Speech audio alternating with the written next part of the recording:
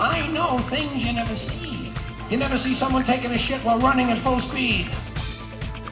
Come on, kid, get rid of some of them turds in the shit box. Welcome to the Bathroom Break Podcast with me, Rab himself.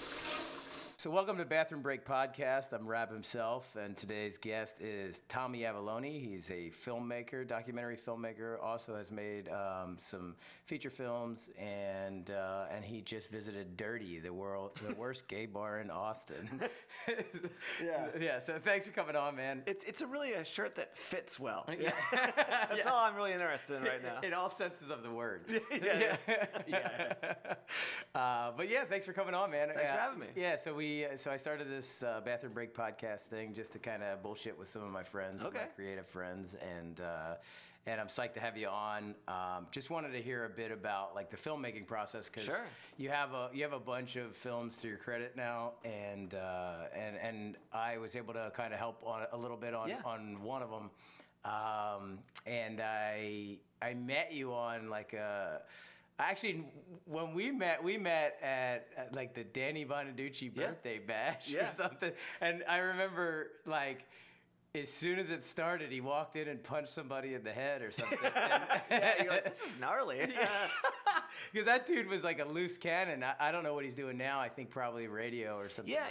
So I worked with Danny Bonaducci in Philadelphia, 94 YSP, for any Philadelphia listeners out there. Yeah. But yeah, Danny's actually a really good guy. You know, like we would talk about TV because, like, you know, Breaking Bonaducci was huge. Yeah. But yeah, I think someone just tested him that day and he punched him. So well, because he was like a workout dude, right?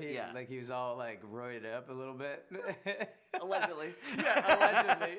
And I just feel like he walked in and it was just like, happy birthday to Dad. He's like, boom, just punching somebody in the head. I was like, damn, this dude's wild, man. But those were the days, I think, when you could punch someone in the face. Yeah, you could get away with it, you know, and they deserved it. And now these days people deserve it a lot more, and you're not allowed. But no, it was funny because he was. I remember he had like that reality show, and he was kind of crazy on that show. Yeah. Breaking Bonaducci, yeah. But, you know, I've done reality TV myself, so I don't know how much of that was really played up for the show, or if it was real, you know. But when I saw it in person, he just like punched some dude right away. I was like, damn, don't mess with that guy. Yeah, I think there was like this weird thing because he was doing a lot of that celebrity boxing in the Philadelphia area. And so that's what that was. I think it might have been a work of some kind, you know. So. Oh, okay. Yeah. I don't know. He's like, let's just set this up and it'll cause a fucking shitstorm. But yeah, it was funny. So that was a fun night. Because you were filming something there, right? Like, because it was Atlantic City. Yeah. It was his 50th birthday party. It was a radio station celebration, but you were there for different reasons, right?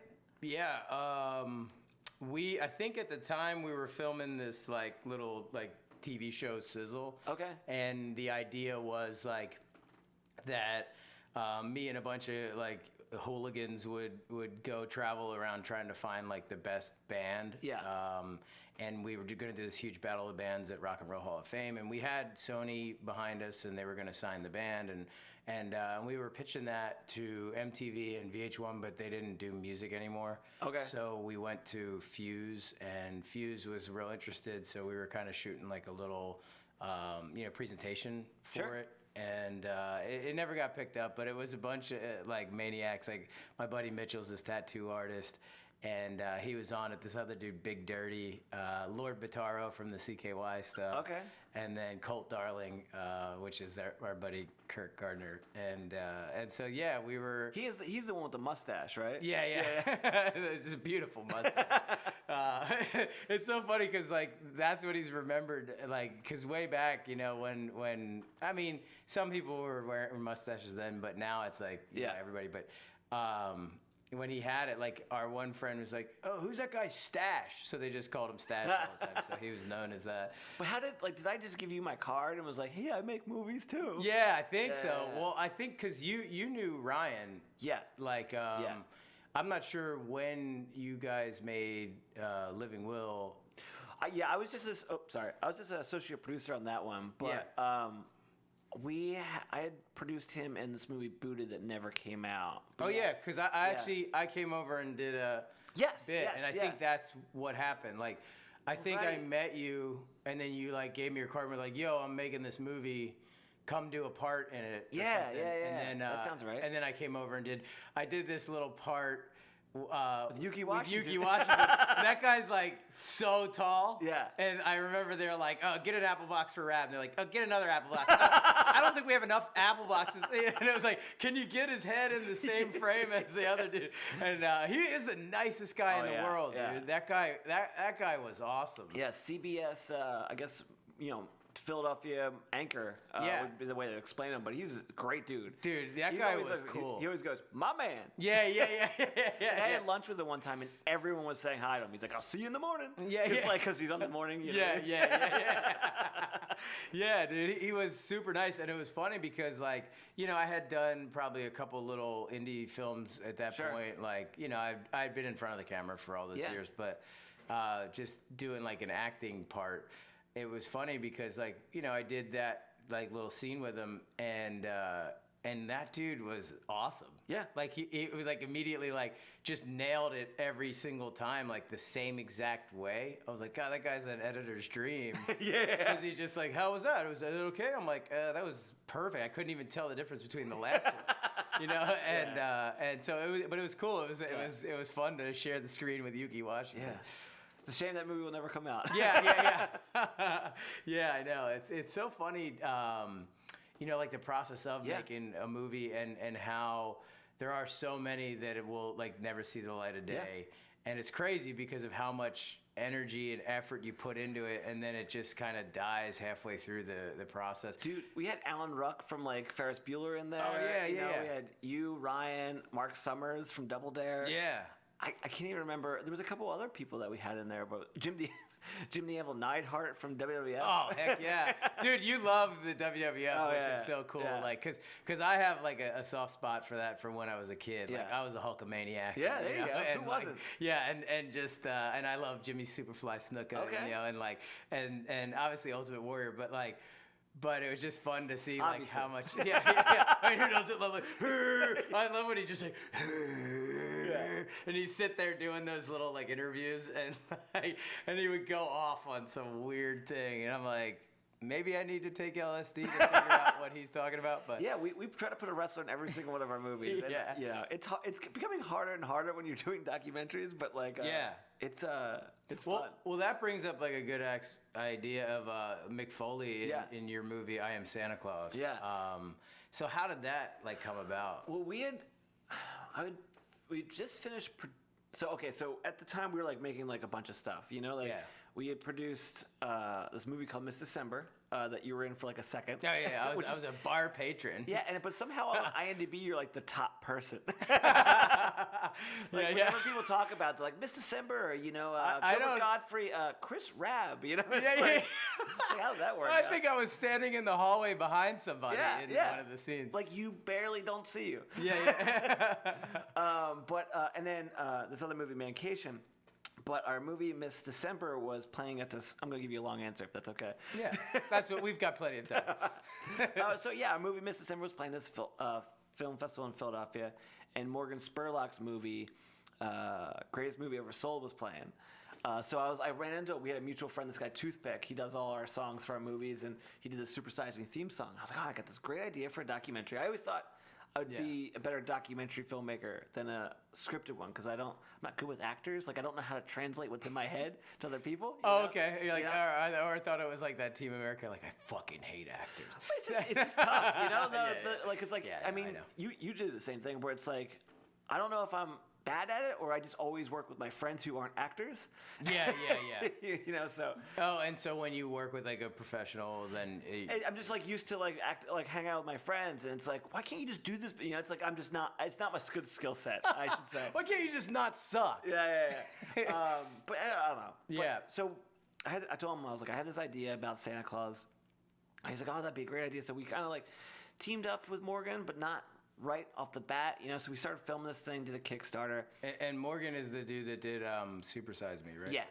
Okay. And then one of the car rides to one of the Santas, my one friend was like, Mick Foley like really likes Santa Claus. You should talk to him if we're still trying to do like every wrestler, like a new wrestler in every movie. I was like, that's a great idea. So my buddy Tommy Dreamer, who's a wrestler, reached out to Mick and we talked to him and he's like, yeah. And like, he wasn't sure what he wanted to do until he met like one of the Santas that we were doing. He's like, I'm in, Yeah. And he bleached his beard white and, his life's kind of different now. Like he actually like grows a beard all year round just to be Santa for Christmas. Oh, and it's wow. because of the movie. Yeah, that's crazy. So wait, so how did the idea like come about? Like, how did you like? What made you think like, man, there's got to be these Santas like, Yeah, no, I mean, I just I find people really interesting. It's like you ever see that movie Slacker?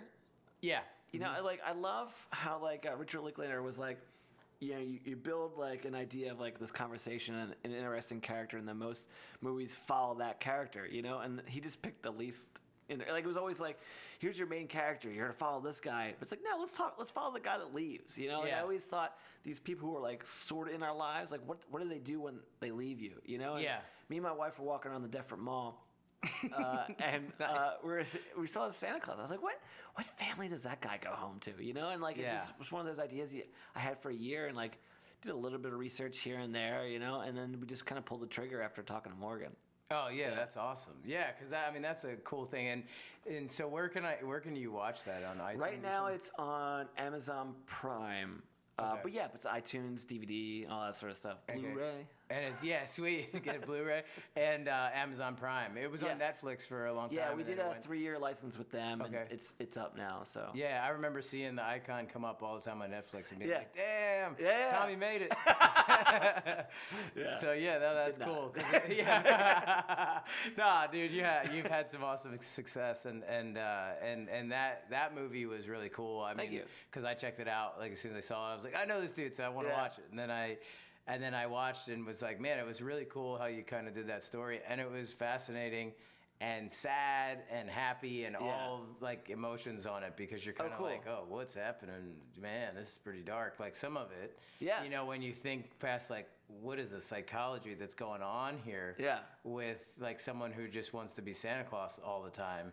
That's a little bit like, whoa, Yeah, I mean, you take even the Santa Claus out of it. It's what do people do to find a community? What do people do to find an identity? You know? And if that identity happens to be Santa Claus, like it's like there's the group, the Amalgamated Order of Real Bearded Santas, and the Fraternal Order of Real Bearded Santas. Yeah. It's just interesting, crazy stuff. I know, that's wild.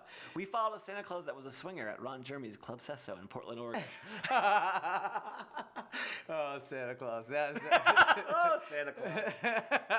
But so and then you worked on that, and like, what is the process of it? Like how long does that usually take to make that documentary? Yeah, that one took us 3 years because I was still working like with the radio station at the time. So like I would, work a normal job and then come home and edit and all that stuff. Okay. And we knew we had to follow them for at least a year, like a whole calendar year, like after Christmas to Christmas, Yeah. So there was always like the work had to be at least a year, and that moved to a year and a half, and then it was about a year and a half of editing and preparing for the release. Okay. So it took about 3 years, but now we've been knocking them out like 2 years, and this new one we're doing is, I think, going to take a year. So I don't know. Yeah, nice. Yeah. And then so after you did I Am Santa Claus, like you feel like you found like your niche, like where you said like like the doing the scripted stuff was like I don't know. Yeah, I'd eventually love to get back into scripted stuff, but I feel like I had like this new movie we did, the Bill Murray stories, Life Lessons Learned from a Mythical Man. Yeah. There's a little bit of scripted stuff in it, and like we worked with some of my friends and some local actors and stuff, and they're great. It was just like. It's something I have to work harder at, because I think my skill set is following people and creating a story out of that. Like I love truth, just like finding that. I don't want to say reality in like reality TV, but like, there is something to be said about following someone and being able to create a story out of it. Like, can we get awkward for a moment? Yeah, let's do it. So like I still am huge fans of all you guys, like the CKY stuff, and I base a lot of what I do off those things. That's why it was like so important to like know you and meet you and like Dunn, and I worked with April for a bit, like, cause the way those videos were, like they were just you guys living your lives, but put together in a way with like this great music and great fast-paced editing and all that sort of stuff, where it's like they made you like you. I felt like I was friends with you without even meeting you. You know, like I knew who Rake Young was. I knew who Art Webb 19 whatever. You know, like I knew all these people only because the way it was presented. You know, and like everyone's laughing, everyone's having a good time. You know, and I feel like that was a really sense of like editing that I like to absorb. You know, like.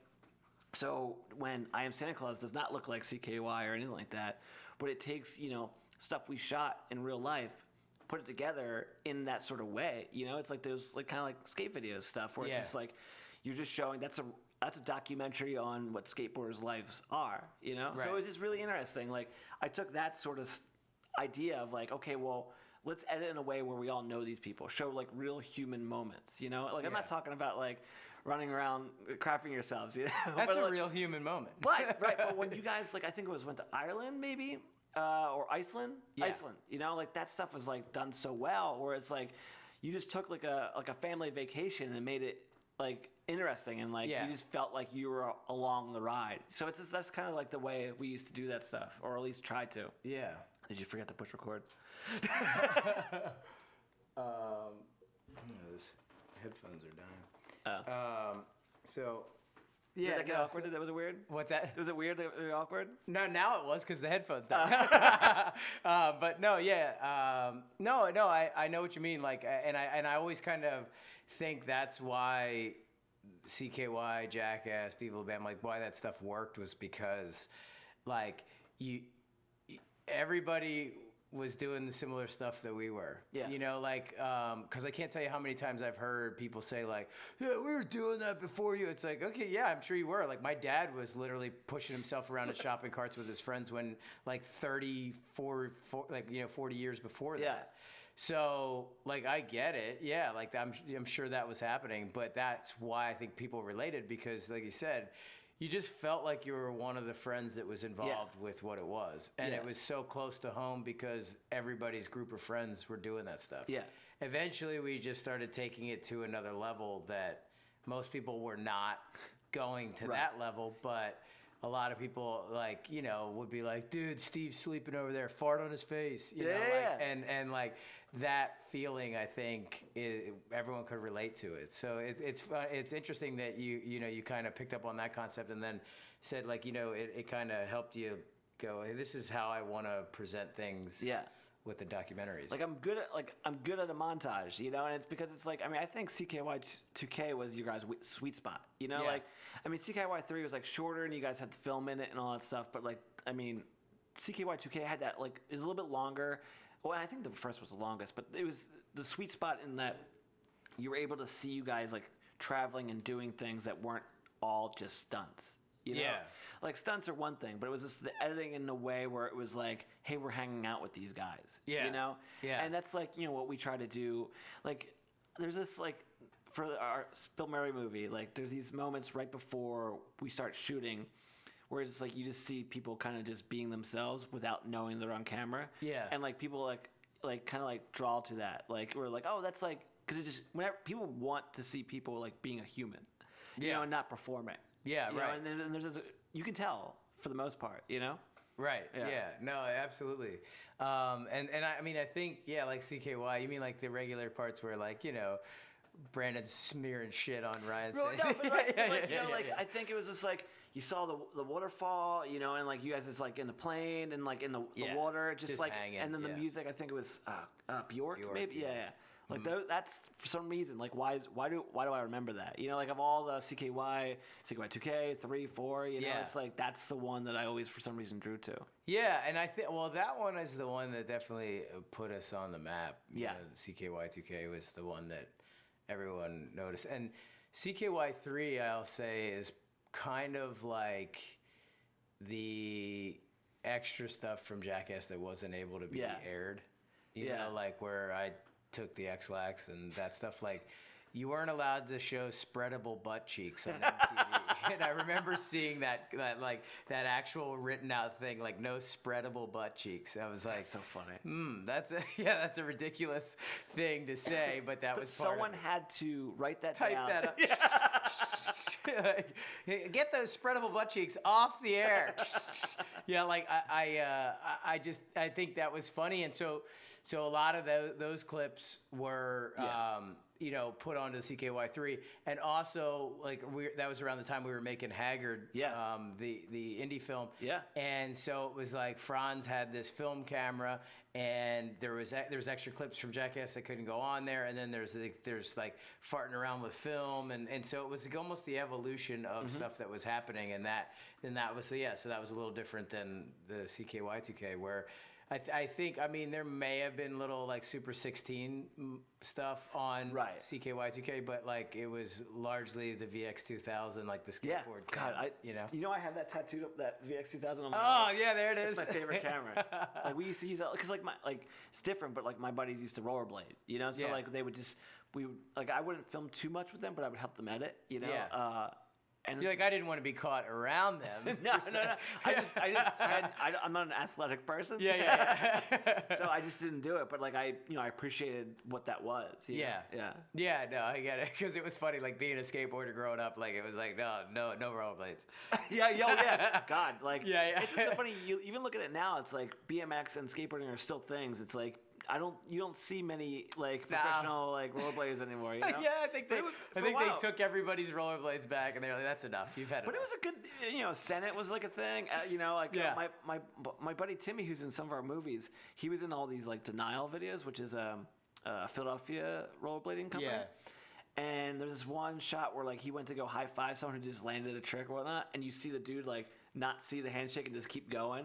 And I made this edit where I just took it and I just played it over and over. And like the fact that the company's called Denial, it was like he got denied. It was great. It was a lot of fun. That's funny. That's hilarious. And that stuff was always like a good memory for me, is like all the CKY days, and then that led into Jackass, and then into Viva La Bam, and things became more produced as time went with that stuff. But the rawness of CKY was what was so fun. Even the first couple seasons of Viva La Bam, like when you guys were like into it. You could notice. That like as time went, it started to get to a place where like, powers that be would kind of control what was happening, and then you'd sit around all day long waiting to film for 15 minutes and be like, and then you're supposed to get all psyched, and you're like, this is not the way we do it. And the way we had done it. And it's funny you say the first couple of seasons, because the first couple of seasons they were trying to figure out what we were. Like I remember they showed up, and like somebody's like sledding down the front steps out the door, and then somebody's doing a backflip off the banister like into like a couch, and then like you're just like kicking holes in another person's kicking holes in the wall, and they're like, what the fuck is going on here? And they're like, no, film that, oh shit, I think we need to get cameras in the house like at every moment, like 24 hours a day rolling, and like because they couldn't figure out like. And we're like, no, we're just crazy. But like our buddy Roger and G and Franz, they know how this goes, so they know how to do it. And so they would film a lot, but then there was all the other guys, and eventually it became this really tight crew that like we're super good friends like to this day with the crew guys, and it was such an awesome experience throughout those years. But at first it was just chaos. And that was more of the way that we really did it. It was like, Ryan's psyched. He wants to jump off this roof with the bike or whatever. He wants to do this. And so we would go do it. And then it started to become, well, let's try to figure out how to, do this. And in some ways, some of that got lost because because you're trying to tame the situation. And then the adrenaline kind of comes down, and then you're just sitting around waiting, and then you're like, I don't know, and then it just is not on the level that it was. And I'm not trying to like badmouth people for that, but it was just, I think it was a process of just like trying to figure out, like it was like a new crew kind of coming together to figure out what it was, and eventually. There's a lot of things at play. Like there's a legal team that's like, dude, we're getting ourselves in a lot of trouble. You got to tame this. You can't do it like that. Like, and so, like it had to shift and become a little bit more contrived for that purpose. But the funny part about it is that prior to Viva La Bam, like with CKY, Jackass, like basically the public didn't know what hit them. Yeah. So they were just like, oh shit, like after the fact, they're like figuring out lawsuits and figuring out all this shit like way after.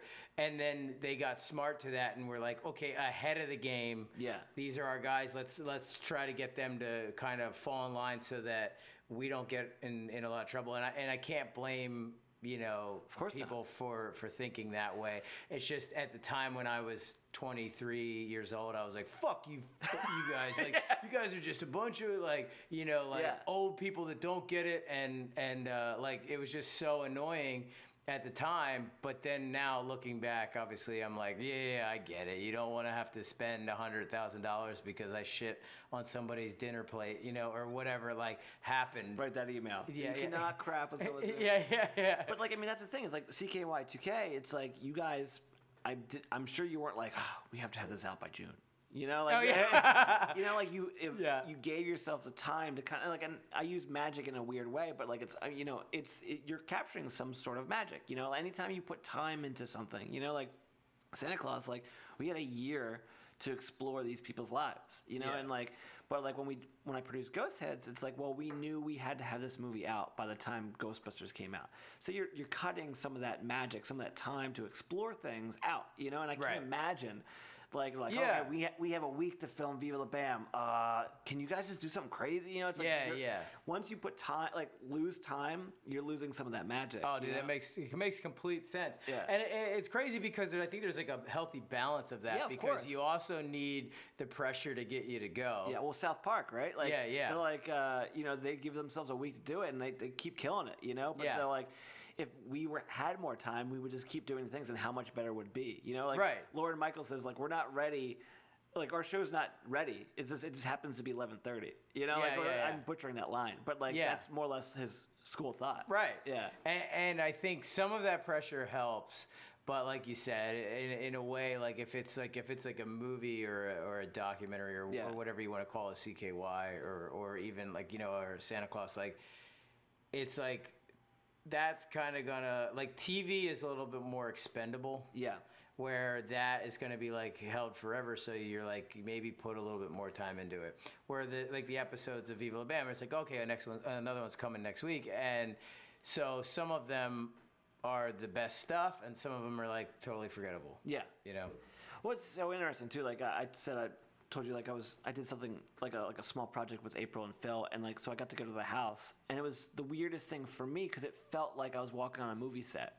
Because I was looking, I go, okay, so that's where you guys built a ramp, you know, that's where you did that, and it was just super, super weird. Yeah, no, it is funny, and it's funny that they still live in that house. And then because storyline, you guys moved out and all that. Yeah, and now it's back to this like cute little like April's country home, you know, like, and it's funny because that's the type of house that we always grew up in, like, you know, over like on Concord, like where they had the 2 ramps in the backyard. It was like April kept it like nice. She loves doing the furniture and like creative stuff, and so there's always like that little like charm of like a mom that's clearly taking care of the house, and then in the backyard there's ramps and all that stuff. But as Viva La Bam went, it was like, oh, make it an ice skating rink, make it a skate ramp, you know, park or whatever, and then it just became like trashed, you know? Yeah. And then it was like, luckily somehow the neighbor got pissed off about having an elephant in their yard.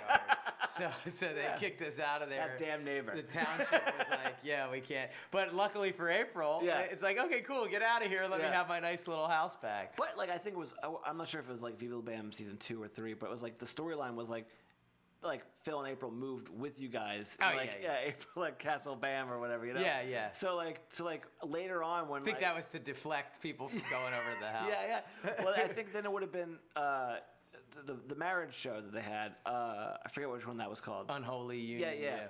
Like you saw the house again on the thing, and I go, wait a minute. Like as a fan, you're like, this isn't right, you know? Yeah. I was like, oh, we got it back. yeah, it was an escrow for all that time. And apparently, those people didn't want it. Yeah. But no. So it is. It's funny to kind of reminisce about the evolution of that whole thing. So after that, I wanted I feel to like talk. I was interviewing you for a second. I'm sorry. Yeah, no, it's that's what it is. Yeah. I don't even know that. Is it a podcast? You just talk to each other? Yeah. I don't know. Who knows? Hey, I'm not sure how the hell to do these things, so I'm just going for it. As long as we push record. Yeah, eventually when we're done with it, I'll figure out how to do it. Okay. Yeah. But no, I wanted to talk a little bit about like your work with Ryan. Just because I love to kind of just like chat about him. And continue to talk about him because he's such a huge part of my life, and so we stuck the picture up there. A fan did that for me, and it's pretty rad. It's great. He kind of like got in touch with me over Twitter and was like, hey, I've been wanting to do this Ryan Dunn picture, but I didn't know if you would want it, and I was like, yeah, hell yeah, I want that, and so I got it, and normally I have it in my office all the time, but I put it out here because I was telling you, we had these pictures up here that didn't have any pictures. It was like the stock photos. Like, yeah, that's embarrassing. Let's put Ryan up there. And so it just like, it's cool to chat with other people that, worked with him as well, and then you became friends with him, and so like it's neat to hear other perspectives and like the stuff that you did. Yeah, I mean, like, so I worked with Roy and Joe from KFAT Productions. They worked on Viva La Bam, I believe. Yeah. Mm-hmm. So they had a scripted idea, Living Will, and Ryan was going to be in it. He was in it, and I believe he was a producer as well. Yeah. And I just came on as associate producer to help, like, with the press. Like, because, like, I worked for CBS at the time in Philly. So I was able to, like, help connect a lot of, like, press stuff. I was, like, getting on radio, getting on TV, and all that sort of stuff. I think I helped him get a couple extras or actors in the movie as well. Like, this, I really bare minimum helped on the movie. Yeah. But like, Quit bothering me, all right? I got something. Yeah, I know. No, it was just like, you work on independent movies, and there's a lot of associate producers that are like, I produced that. It's like, I'm not taking everyone's credit. Like, let's be real. These guys did a lot of work. I helped kind of nudge a couple things. Exactly. Yeah. And that's very humble and honest of you, and that's cool. Yes, most people were like, "There's my movie." Yeah. You saw my name in the credits. Right? Yeah, we did. We saw associate in front of it as well. Yeah, I've seen a lot of people just like, especially on the scripted stuff. They're like, it's my movie. Did you notice I'm wearing a suit? It's okay. Yeah. And this premiere is not about you, man. You're basically a glorified PA. But no, I mean, not taking anything away from associate producers. And PAs do amazing things. Yeah. But it was just, I just felt there was a lot more people on that project that did a lot more work than I did. You know? But the thing about it is, like, especially at that time, I can't even remember what year it would have been. Probably like, I don't even know, 2010, 9 or 2009. I just wanted to meet Ryan. I was like, because like I said before, all that stuff. It's like you feel like you're friends with these people. So it was like, I don't know. I met like famous people before, but like when I met Ryan, like I got nervous. Like I was like, I don't know, like legit, like would shake, because it was just like I would just watch these videos all the time and go, well, this is. If I could be friends with these guys, then I feel like I could do something, because it's like it was weird. I don't know why, but like that was my mindset. You know? Well, it's funny because I had my feeling with like starstruck stuff was actually with the singer of Clutch, Neil Fallon. Yeah. Like I had met like Ben Stiller and Sean Penn and like all these people that were like big, famous, huge people.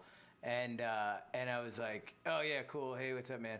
And then I met Neil Fallon. And was like, hey, hey. Like, and I was all weird. And I was like, what happened to me? Like, but it's because Clutch like was a band that I listened to like in middle school and all through high school and stuff, and was like, damn, like these guys, like they were something to me. Mm-hmm. And so when I met him, I was all nervous, like, hi.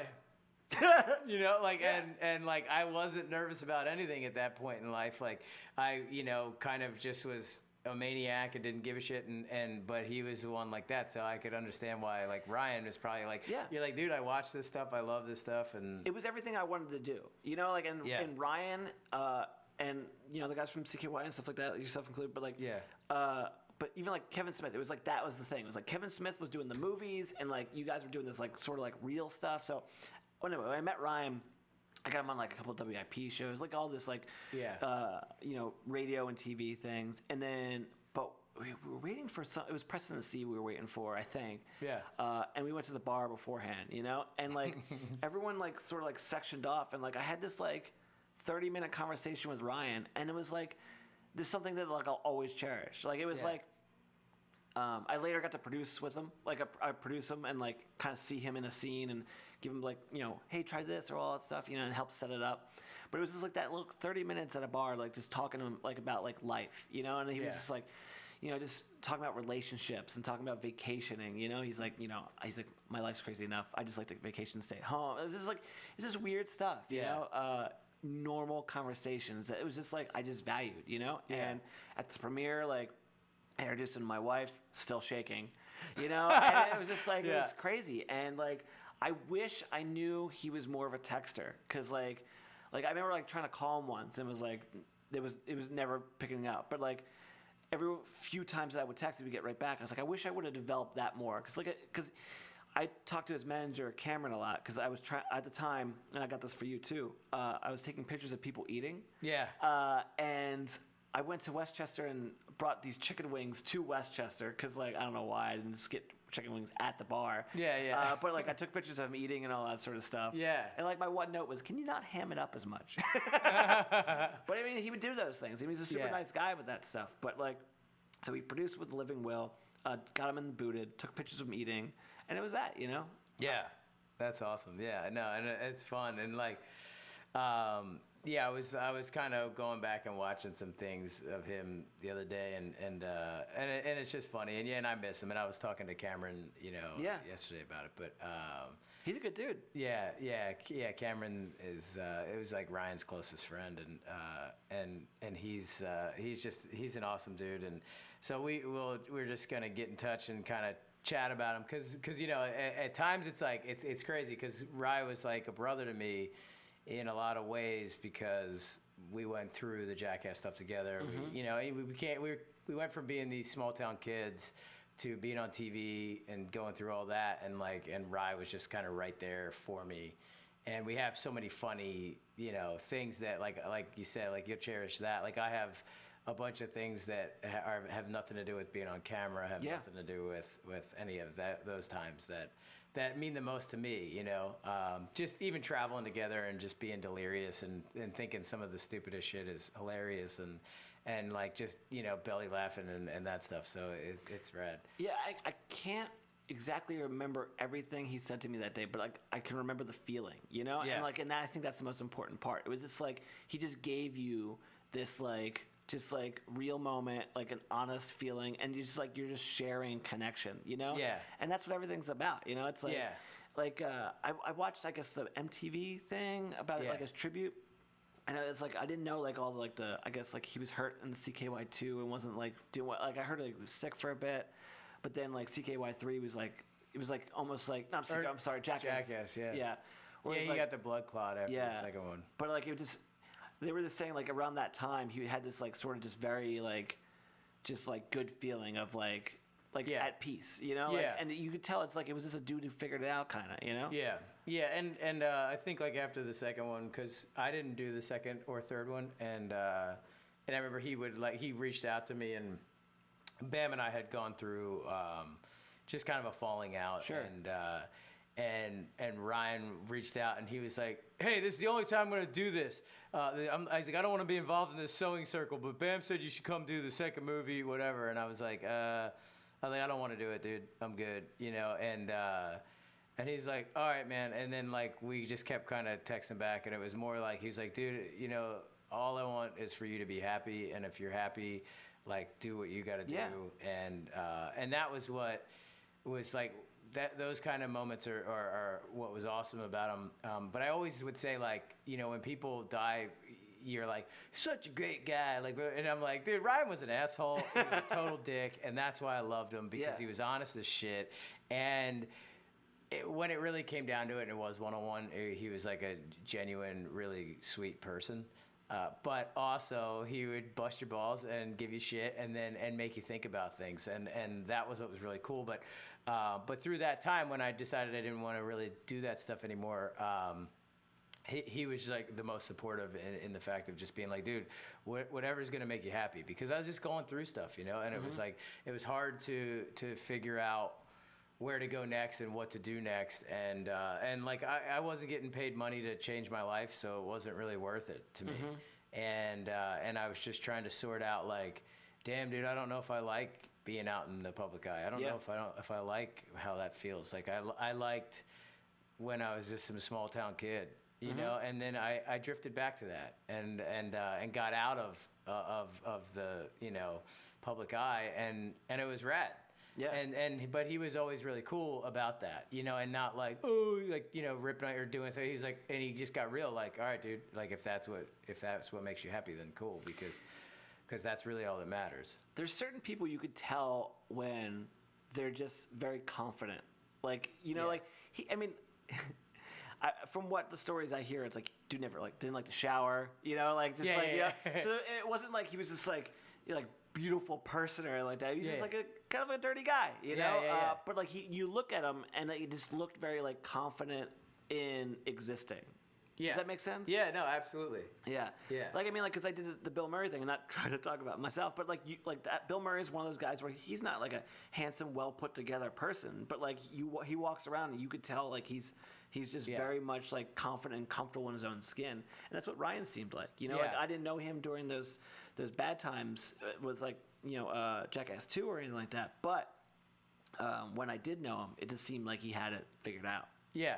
Yeah, no, he did, and just super funny because it was like, you know, you'd be on the road and he'd be like, people would be like, oh, let's go out to this club. He's like, fuck that, I'm not going to a club. Yeah, I'm going to find me the dingiest bar you could find that's playing rock music. That's where I'm hanging out. And you're like, yeah, I like the fact that he just knows who he is. Yeah, yeah, and isn't like, because when you're touring and doing all that stuff, there's a lot of people around. And everybody's influencing. Let's go out. Let's get girls. Let's do this. And Ryan's like, I've got Angie at home. Yeah. I want to listen to some like death metal and have a beer. Yeah. You know, like, and everyone else is like trying to dance to some stupid song and whatever. They don't know who they are. You know, like they're just trying to figure out who that is. You know, yeah. Like following the crowd as to what it is. But we were doing Miss December in New Jersey, and we had Gilbert Godfrey in our scene, right? Yeah. And I don't know how, but like, Cameron found out that we're doing that, and he's like, "Oh, we can get Ryan in there because like they're all big fans of Gilbert." So like, yeah. So Ryan came to New Jersey, and we didn't bring Gilbert in yet. It was taking us forever to get back from New York to pick him up, and because you know we have no money for our car service, you know. We just drove to New York and drove back. Like somebody took their Pinto up there. Yeah. Get in, Gilbert. But Ryan found some local bar, some dive bar, and a couple of my friends were there. They're like, do you know Ryan Dunn's here farting really, really loud? Like, just cleared the place out. Farting really, and like, really and he just like, I'm tired. I'm just gonna go home. Like, and it was like he didn't even do the scene. Didn't meet Gilbert Godfrey. He came all the way to New Jersey. You know, farted up some local bar and just bailed. Farted up some local bar. That's hilarious. Yeah. Yeah, dude, that's funny, man. Yeah, no, I feel like we could go on all day talking about Rye because he's awesome and left quite a memory in everybody's mind. But let's talk more about you for real. I'm time for this. I didn't know what we could talk about in terms of your newest one, but I would love to hear more about GHOSTHEADS because you told me a little bit about it, but you kind of came in at the 11th hour with that one or something, right? So I can kind of talk about both in this way. So after Santa Claus, you know, it was the first like, so every time we've done one of these scripted movies, we're like got excited about the next one, never really like paid attention to the promotion of the other ones, and I feel like that's why we didn't do the best with the sales and all that stuff, because it's like you're already excited about this other project, you're already working on this other project, so you don't pay attention to like selling the prior one. Yeah, you know, which is the most important part. But hey, So I was like hell bent on like, look, I'm not even beginning anything until like the promotion of Santa Claus was done. You know. That's smart, yeah. Yeah, I don't know if it worked. Yeah, it totally did, though, because I feel like it was, I mean, you never know the numbers of Netflix or whatever, they don't tell you, but it feels like, dude, that thing was up there. People Mick was on The Daily Show, you know? Yeah. It was funny, Mick mentioned my name to Jon Stewart on The Daily Show, and And Jon Stewart's like, don't make up names. So I was like, oh, that's good. He's like, Mick's like, no, he's in the back room. Yeah. Don't make up names. But yeah, so I thought, like, I was hearing a lot of these Bill Murray stories. My friend Brian was like, this was on Ghostheads or something? This is like right after Santa. And I was like, I really love these ideas of these Bill Murray stories. I bet there's an interesting way to do it. Like, what if you treat it like a Bigfoot documentary? You know, obviously Bill Murray's alive and real, so he's not Bigfoot. So it's the stories that are Bigfoot. Like, it was, to us, it's always the approach. You know, like, and that's awesome. That's a really creative way to look at it. Santa Claus, it was like, we're not making a movie about Christmas. You know, we're making about the movie about the people who portray Santa. Like, who are these people? Yeah. And then you find out what Christmas means to them by knowing who these people are. Much like, you know, you're not watching CKY for the skateboarding. You're watching it because, you know, these people, and then they happen to be whatever. Yeah, right. But with us, so we're like, okay, well, it's Bigfoot, right? So let's just do that. Let's think of these sorts of things. So I interviewed the karaoke story where Bill Murray sang karaoke in New York. I interviewed the people who did the kickball story in New York. Like, all these, like, New York things. I saw it on your shelf, but the author of Big Bad Book of Bill Murray, we interviewed him. Just like a lot of local people, you know? And we're like, let's reach out to Ghostbusters. I knew when promoting Santa at Comic-Con, New York, that there was Ghostbuster fans. You know, I was like, let me interview them. That would be an interesting approach. These people obviously love Bill. They're fans. They bought this $2,000 proton pack, you know? And so I like, doing a little bit of research, I saw that there was New Jersey Ghostbusters in my town were, like, doing some event. And I saw that there was this documentary being made in Canada called Ghostheads. It was like, we're doing the fans, you know? Yeah. So I reached out to them. I was like, hey, look, you know, why don't we, like, trade footage? Like, I was like, you'll probably get to Dan Aykroyd and Ivan Reitman before I will.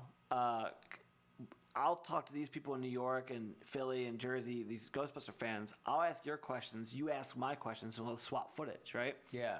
So, and I met this one Ghostbuster from New Jersey, Tom Gebhardt, who reminded me a lot of our Santa from Detroit. You know, he uses it just, you could tell, like, what movie like how Ghostbusters was kind of his, like, crutch to life, you know, and I mean that in a positive way. Yeah. But it was like his everything. Yeah, you know? That was his hobby that kind of helped him escape from everyday. Yeah, exactly. So I could see it in his eyes. I was like, so I reached out to Brendan, the producer, the director, and I was like, look, I think you should follow this guy, Tom, and I think I could help. If you're cool, I'd love to produce, and, like, I could help you edit and all this stuff. And he's like, yeah, sure. So, like, we kind of, like, divoted, like, changed paths. Okay. You know, and did a Kickstarter and Kickstarter, and what was the other one? Indiegogo for that one. And then a couple people put some money in it, like, that were, like, just fans of Ghostbusters and stuff. And movie finished, we played Tribeca, and those people who put a little bit of money in were like, because they made their money back with the Netflix deal, like, pretty fast. They're like, well, what's... For Ghostheads. Yeah. And they're like, well, what's next? And I was like, I got this, because we made a sizzle with all that stuff we shot already. Yeah. Awesome. I was like, here's this Bill Murray thing, you know? So they, like, this is great, and they fully funded that. And then, you know, we took us about, like, we started actually really filming it, because we started 2015, made Ghostheads, like, we took that sidetrack, made Ghostheads, came back at the end of 2016, filmed Bill Murray, and then released it, well, not released it, but, like, premiered it at South by Southwest in 2018. Yeah. So it was like this weird project where it was like, I wanted to make Bill Murray first. This Ghostheads thing, like, kind of appeared. Like, we followed that path, and that led us to the only way to make Bill Murray with, like, a proper budget. Yeah. Because, like, you know, Santa Claus, it was just like, we did a couple Kickstarters, and it was like friends and family. You know, same thing with Ghostheads. It was like friends and family and, like, Kickstarter. And Bill Murray was like a proper, like, okay, well, we don't have to beg for money. These one group of people are gonna, like, give it to us, you know? Wow, that's so cool. And like, I kind of just got my wheels turning in terms of, like, if you are a filmmaker, there is never a direct path, and it's never the same, and it always evolves, and, like, staying open to what may be your source to getting there. And that's what I admire in you, and I watch you do it, like, through making your stuff. Like, it's just kind of like, man, you're, like, adamant about, like, no, we got to go down there, we got to get this, we got to do that, and it's like, is this even gonna pan out? Yeah. And it's like, even if it doesn't, it always leads to something else. And like, Yeah. I think I learned that in camera stuff too. Was like, someone would be like, hey, do you want to come, shoot this thing? Like, there's no pay, but just come over and shoot this. And I'm like, no pay, okay. So I go over and shoot it, and then you meet somebody there that's like, hey, we're doing this other movie, and there's like this crazy, it's a huge rate, and it's all this stuff, and you're like, oh, okay, good thing I came here today. Yeah. And that's the same, I think, that mindset of like, just go and see. Like, we went down to South Carolina and like, just to see what would happen, and it like turned out to be a good thing. Yeah. Like, I don't even think you really knew that. Maybe you did, but like, you really knew that when we were down there shooting, like for the Bill Murray thing. It was like that would end up being a big part of what it was. It was kind of like, I don't even know what we got. Yeah, I mean, we had ideas, but like, I mean, someone told me when I first started making the change from like producing scripted stuff to directing documentaries, like I reached out to all the documentary filmmakers that I liked, and the great thing is, like, they weren't big scripted directors, so they had the time to they were like, documentary guys are just different, than like, I'm not reaching out to like, I don't even know who's a big director now in scripted stuff. Someone who made Ridley Scott. Yeah. But like, I reached out to like Seth. Seth Gordon from King of Kong. Yeah. Dan Lindsay from Last Cup, who like went on to make Undefeated and won the Academy Award. Yeah. Barry Blaustein did Beyond the Mat. Matt Ogins, who did Confession of a Superhero, which is my favorite documentary, and then even Morgan Spurlock. So I would like reach out to these people and just ask them questions, and like they just said, like, if you make the movie that you want to make, you didn't listen to your talent, and I that's true to some points, because like if I listened to my talent in Santa Claus, I would have made a movie about a fictional character from the North Pole, But I do believe that, where it's like you just kind of have to like listen to the universe in some sense, like not trying to sound like a hippie or anything like that, but like get out of here, you hippie. sorry. But like if just because something in South Carolina wasn't planned and set up, like you kind of just have to like throw it out there and see like this could lead to something, and if it didn't, it's whatever, nothing's really a failure if you haven't learned something from it, and which, even to backtrack, like, you just like randomly text me and was like, hey, I'm back in the East Coast. If you're doing anything, I was like, I'm leaving in South Carolina in a week. You want to come? And it was like an awesome time. It was. Yeah. It was fun. You were like, do you want to do like audio? I was like, cool. And somehow I ended up on a camera. And I was like, I'll do the audio. And then I'm just sitting there with the camera like, this is where I want to be. Well, that's the thing. It's like, why figure things out? Ahead of time. It's like, I've worked with a couple of different people. They're like, well, that's not really my job. It's like, well, then you should get out independent filmmaking. Yeah, right. Everything's your job. I know, and I think that's what it is, and that's what's fun about it. I think because when I moved back to Philly for a year, and all of a sudden, I wasn't a camera guy, I was an everything guy. Yeah. And it was like, hey, do you want to come do sound on this Bill Murray thing? It's like, okay. And then it's like, I'll sort it out, I'll figure it out, and then like I'm editing a bunch and doing all this other stuff, and my regular day job is camera, but now it's like, it's actually kind of opened my world up to, you know what, I kind of like that whole process, and it makes you want to go, because the documentary thing I think is neat, like you said, you're accessible, which was cool to hear that you could call these guys, right? I mean, you just call them, like I found them from email through your agency, or no, I wasn't even repped at the time. Okay. A lot of them was Facebook. Okay, you found them on there or and then just reach out, hey, what's up, and they give you your time, and that's really cool because, like you said, like some of the bigger names and big people that are in like feature films and that stuff, like, you're not going to be able to just be like, hey, I wanted to talk to Wes Anderson about how he did this one, like it's like, everybody wanted to, but you can do that with a documentary film, and like you had mentioned that to me, like, were you ever interested in doing it? And as time goes, I'm becoming more and more interested. I think because after living a life of debauchery for so long, and then kind of going into a corporate setting, because I mean, really, like I work on bigger like movies or TV shows, and it's pretty corporate. Like you know, yeah, we don't have a shirt and tie, and we're not sitting in a cubicle trying to sell like, you know, something to somebody, but we are like, everything is kind of the way that it goes, and you definitely have a bunch of bosses ahead of you, and you're in that environment of like, you know, political stuff, and you know, it's like, oh well, I always wanted to do this. It's like, yeah, buddy, well, you're not going to do that for a long time. Yeah. You know, and you're like, okay, it's kind of limiting, and you know, not to crap on it because it you know, it pays the bills, but at the same time, going out and doing a documentary is like, I'll say almost the opposite of limiting. It's like it just opens your world up to go, hey, what are these challenges? What are these things? And you have to like be ready to learn and open to changing. Big puzzle pieces. Yeah. Because even like the scenes, you're like, well, there's no like scripted like, okay, well, this is the interior bar scene, and we gotta do this. Yeah. You know, this person says this person. We need the over, the wide, and yeah. You're just like, I'm just gonna follow this guy as a Santa Claus and hope something funny happens or hope something happens. You know, like. And even like, cause like Santa, like I shot half of that movie. Well, I was a camera guy as well. You know, Derek Kunzer was our director of photography. But I remember one time our Santa Claus Russell dropped a pen and like cursed when he did it. I was like, oh, that's in the cut. That's in there. You know, It's like, how can I make that a scene? You know, like it was just so funny. It was a real moment. Like he's like, oh crap. You know, it was just so funny. You know, but like, you know. And that's the stuff that you could never script that. You could never try to get it. And it's almost like, not to jump off on a sidetrack, but it's almost like working with Brandon DiCamillo. Like, dude, like you could never write for him. Yeah. Like I did a couple shorts with him, and I would like write down some things. I'm like, you know what, whatever. And then I would erase it.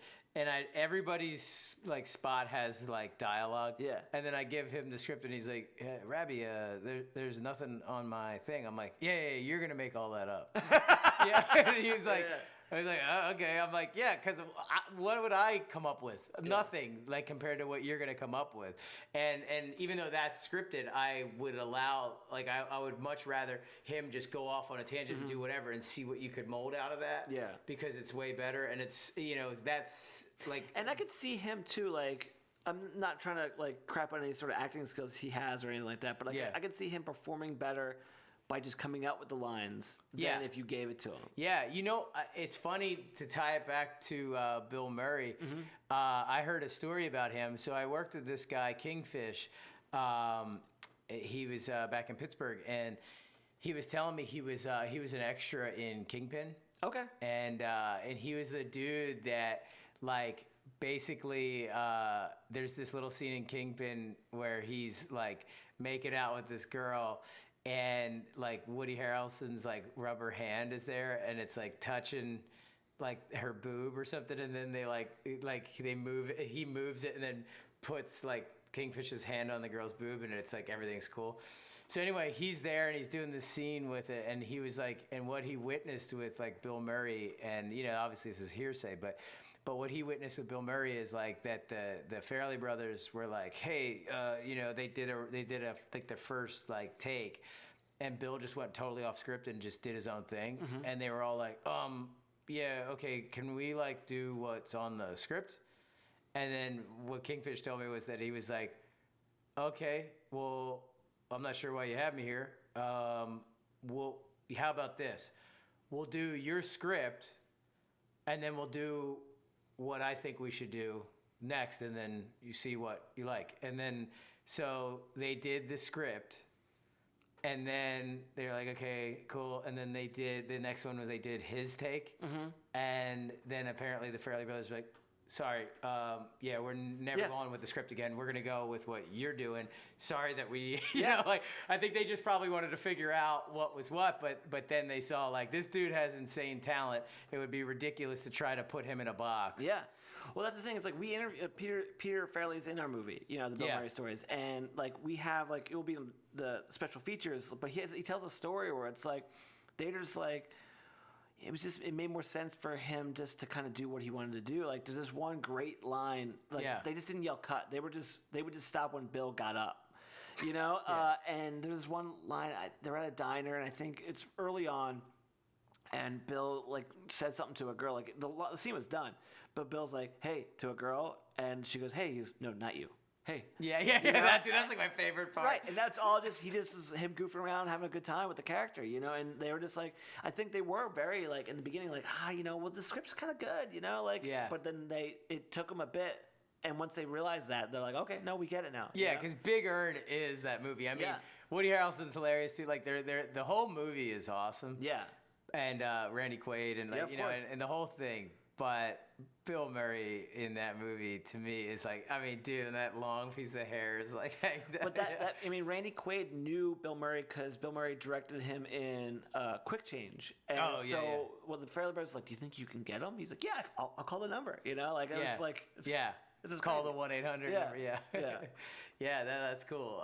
But no, I totally sidetracked on that. But it was the point of it was kind of that you said like when you're making a documentary and like something naturally happens, like you can't kind of force that to happen. No. And that's and you what's feel neat it. Yeah. Of like you know saying like you follow that. Yeah. And then all of a sudden that becomes what like guides the story. Yeah, I mean, like I've spent like movie money on like things that we had to cut. Like Santa Claus, we had this whole big Santa war stuff where we put some decent time and money into it, and we just had to cut because it didn't work, you know? Yeah. Like we explored, even with Bill Murray, like we went to Phoenix, which is an awful area, but like we just went to Phoenix to film this one story, and it just didn't work, you know? And like, you live, you learn, you know? Like, but like all that stuff, it's like there's plenty of things that we didn't think.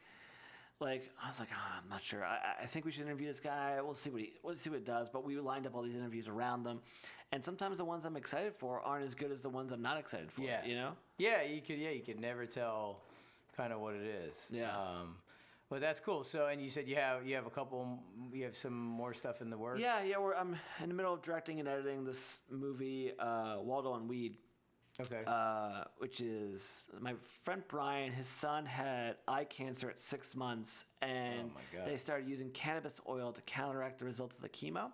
And like he filmed, the kid's 4 years old, super healthy now. Like it's no spoiler. He's good now. Yeah, he's good. My God, I was joking about the spoiler. Maybe I shouldn't have joked about that part. But it's. He would have said the same thing. Yeah, no. I mean, come on. If you can't, you gotta be dark and joke about things. That's. I mean, we live in a society now where everything is off limits. Yeah. I was thinking that yesterday. I was like, should I tweet this that comedy has been postponed until further notice? You know, but I didn't just because I thought, oh, someone will attack me for that. Yeah. But yeah. So. Because when you first said that, I want to know that. I want to know that the kid's all right. Because that makes me sick to my stomach. Yeah, he's good. He's good. But like he filmed this whole thing on a flip cam. It was 2014, and he didn't do it to make a documentary or anything like that. It was just like he just wanted to get through his own therapy of it, you know. And I met him in a completely like organic way. It was like he was running Pizza Brain in Fishtown, you know. I was like, let's do something on pizza, you know. And in Philly? Yeah. Oh, okay. Yeah, so we kind of connected, and he's like, I'm not sure about pizza, but I have this other thing that I'm trying to explore. I don't know what to do with yet. And we kind of like left and came back to it, and the documentary is going to be called Waldo and Weed, and we're putting and together. Waldo is the kid? Yeah, is Waldo James Mysterious Dwyer is his name. Oh, okay. But he's that's quite a name. yeah, he's quite a kid, you know. Yeah. It's a little bit more serious, but like I mean, the family's funny, you know. So it's like it's gonna be as lighthearted as a movie about child's cancer can be. Right. But then that's cool. I think to shine light on that. And so, they are from Philly. Yeah, they're from Philly, but they live in Washington State. I was gonna say because that might have been an issue, right? Yeah, to try to and that's kind of like what the stuff cannabis. Is. Yeah. So what is what is like the current state of Pennsylvania with like? I think it's a little bit marijuana. better from when they moved because from what I've been told, that there has been dispensaries that have been popping up. Okay. But they left Philly in 2016. It's now 2018. Yeah. In case you're listening to this podcast in 2 years. Yeah. Or 5 years. It's crazy to me that like marijuana has so many good benefits and people like have stopped the use of that solely because they get profit off of it. But but it's crazy. I mean, I'm sober. You know, I've actually never smoked pot a day in my life. To me, the documentary is a father who saved his son. Yeah, but way more than smoking pot. I feel like the actual like medicinal uses of marijuana or THC or any of that like is so much more than just like, hey, I took a hit off this pipe and got high. Like, it's more like, no, this actually can be used as a medicine. Why is it not being used? And it is starting to be more openly used as it. But to hear, like, man, it has so many, like, you know, with nausea from chemo treatments and with, like, glaucoma. Seizures and all that stuff, with eye cancer and with seizures and, like, it's like, yeah, it's a miracle drug, and you guys are just creating these chemical things that people are getting addicted to. I mean, it's sickening if you start going down that path of thinking of like the pharmaceutical company and all companies and all that stuff. But yeah, no, it's just amazing. And I was a big weed head when I was out there, you know, doing drugs and drinking and all that. And I loved marijuana, and so, you know, I had to kind of fake myself into hating it for a minute so I could stop doing it and get away and get sober. But you know, this far away from it, I do absolutely see the benefits, and I support it, and I would say legalize it entirely. I don't want it, and it's not, and that's why I say it, because it's not for my own personal interest. Right. It's actually because look at the benefits, and look what it is, and it's neat that you're doing a because the pill on that. It's a pill that they make. Well, this particular story, it's called AC/DC. No relation to the band. But like it's 20-1, so it's 20 CBD to 1 THC, so it doesn't get you high at all. Yeah, it's like the guy's like more or less trying to make a multivitamin, you know. So it's interesting where it's like. And what effects does that have? Like, well, like because like so right now like hemp is the CBD is legal. You know, you can get like Charlotte's Web and all that sort of stuff. And this is me just having just a little bit of information currently. You know, it's still in the middle. But like the CBD stuff, that's the legal part. But people are afraid of the THC because that's like the psychoactive component, you know, all same plant and all that sort of thing. But you know, we're filming some interviews with some doctors and lawmakers and scientists in the next couple of months to like talk about like how like that little bit of THC, like even though it does not get you high, like makes for some reason it kind of like works with the CBD more than if you just took CBD by itself. Okay, so it activates the CBD. It does something like it does something, but like it does like science. Science happens, but like you know, I am in the middle of the thing. I'm not done yet. Right. But it's interesting to see what you learn, and that's what's really cool. I know nothing. I watched Cheech and Chong movies, Half Baked, you know, and that's all I really knew. It's like so like is this what Dr. Dre's talking about? Yeah. But you find out like it's like It's like, you know, it's like these anti-inflammatories. It's like, you can make your back feel better, you know? Like, Well, I mean, I think that's what's so neat about documentaries is that, you know, you basically are putting yourself through college of that, you know, that specific subject. I, oddly enough, have an associate's degree in Santa Clausology. Yeah. There you go. And it's neat. It's cool to see that because where else would you be able to learn so much about so many different topics so in depth? You know, like I feel lucky to do that being a camera guy in the TV stuff, because sometimes I would do reality TV shows, and some of those shows are just pure garbage, but some are actually like, you know, educational, and those are neat. Like when you go on those and you're like, man, I'm learning about this thing that I never thought I would ever be learning about this or whatever. So that's really cool.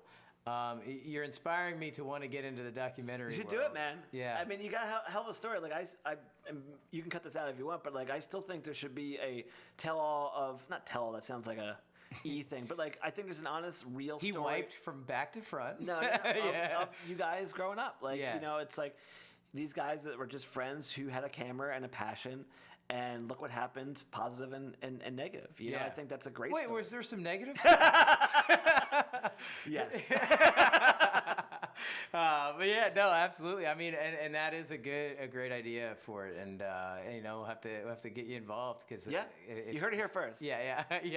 No, I mean, just because like I relate so much because of all my friends. You know, like we grew up with the same passions, same dreams, and we've all like went into different worlds. You know, like I've had friends who've had like been in jail, like in drug addictions, and some who like are actively just found different passions and like still do things, and like, and some people are still creative, you know. It's like it's funny how just because your general area, like whether you live here or you go to school together, and whatever connects you guys as friends, and then what then separates you as friends or brings you back as friends. You know, I think you guys that's a great story of that, because it's I don't want to say exaggerated, but it's a heightened reality of what most friends go through. You know?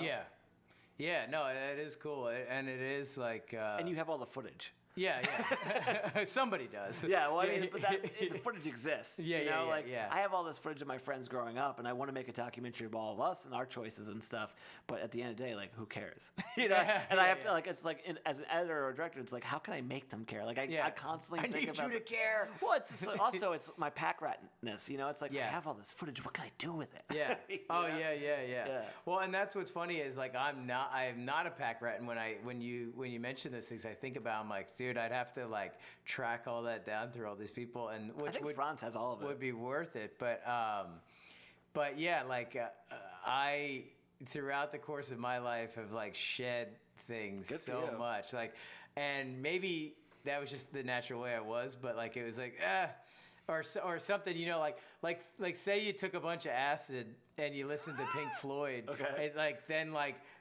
Once I was done doing all that acid, like then Pink Floyd came on. You're like, get that song out of here. I hate that band, you know. But because it would like remind you of a time like that. So for certain things, I would get rid of stuff because it'd be like, oh God, like, you know, when after Jackass, Viva La Bam, and those things, and I kind of went my own way. Like, I felt like.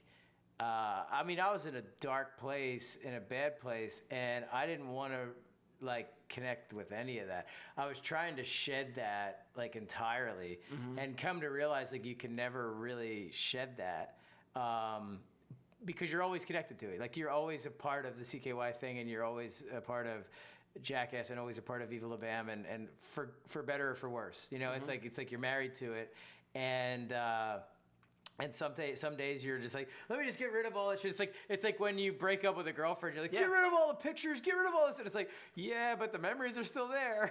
You know? Yeah, but it's like you know, like, because you know, in a deeper sense, nothing means nothing. You know, like like we just exist. Nothing really matters. Yeah. But it's what we add our personal value and our personal feelings to it, and what we assign to it makes it matter to some sense. You know. Yeah. So it's like.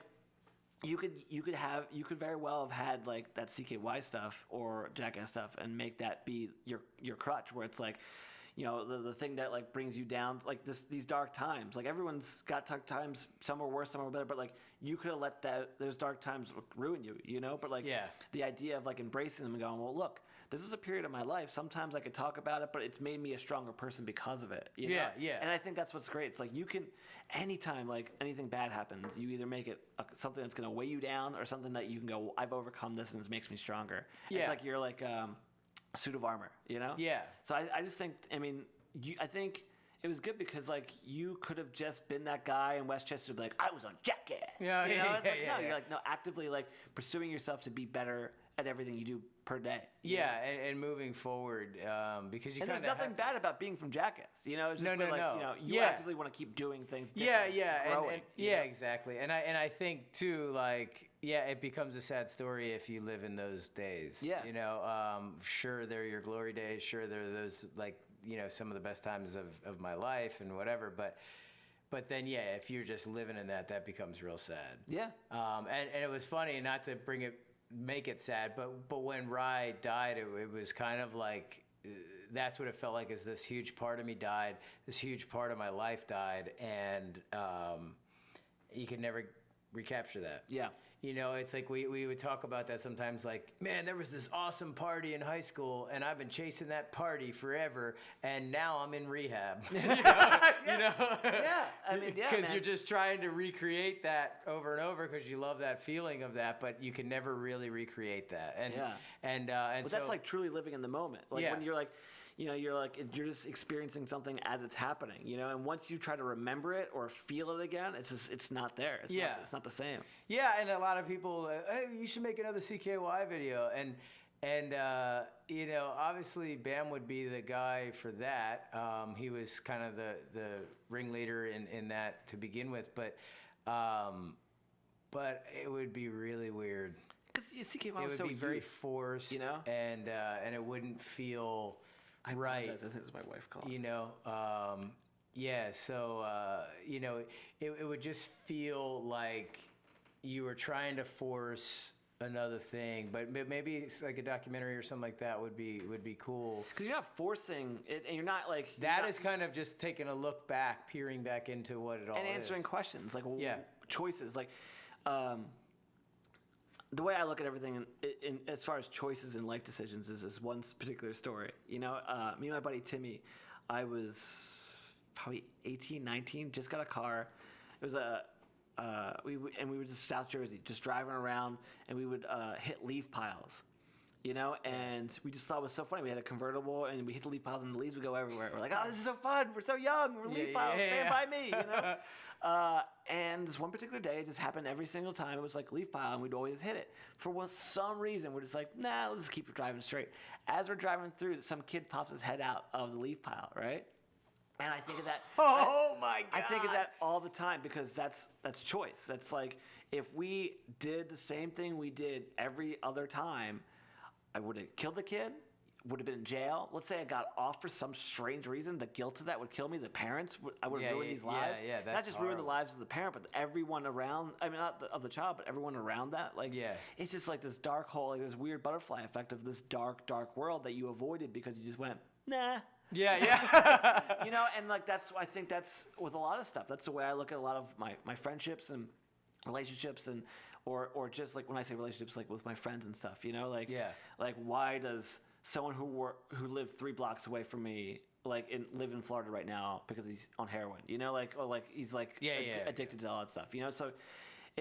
It's just crazy decisions and the results of those decisions and like it's just crazy. Yeah, I know. It is wild and so it just seems like, you know, something like that to try to recreate and go, oh, you know. Yeah, you're not going to be like, hey, I'm 37 now, and I'm still going to do X-Lact and run around, you know. You're not doing that, you know?